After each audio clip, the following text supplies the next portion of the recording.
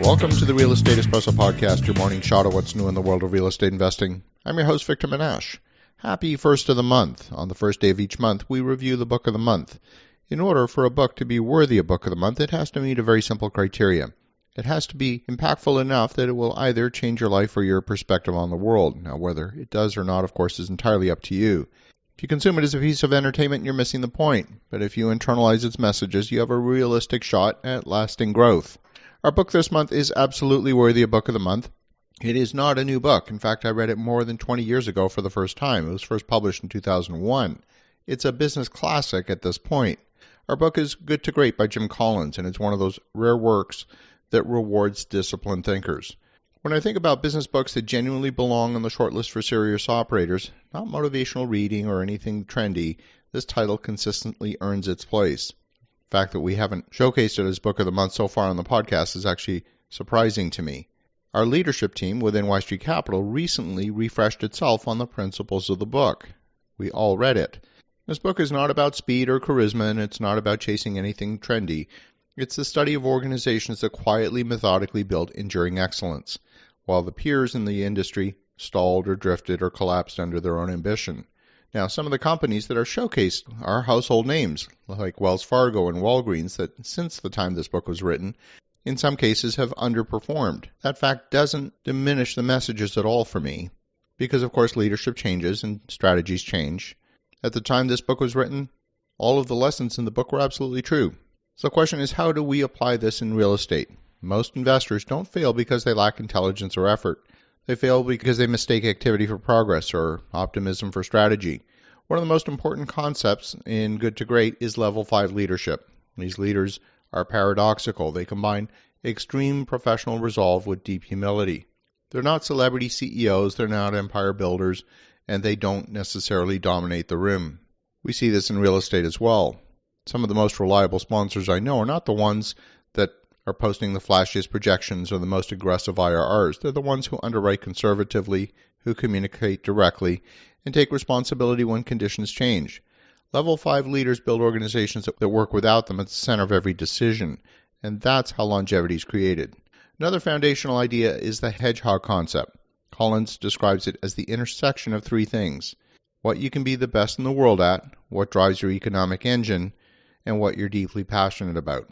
Many real estate businesses never define that clearly. They operate reactively, chasing opportunities rather than executing a strategy. Being competent in multiple asset classes doesn't mean that you should pursue all of them. Excellent requires constraint. If you don't know exactly where your economic engine comes from, growth amplifies risk instead of returns. The book also dismantles the myth of dramatic turnaround. There's no magic pivot. Instead, progress happens through the flywheel effect. Incremental improvements applied consistently over time eventually create momentum that looks sudden from the outside. That's how durable real estate platforms are actually built. Not through one great deal, but through hundreds of disciplined decisions. Through market selection, capital structure, cost controls, risk transfer. None of it's glamorous. All of it matters. The flywheel turns slowly at first, and that's where most people quit. One of the most instructive case studies in Good to Great is a company called Nucor, a steel company operating in what might be considered a brutal commodity-driven industry. When competitors focused on large centralized mills and rigid hierarchies, Nucor did the opposite. They decentralized operations, they empowered their plant managers, and aligned compensation directly with productivity.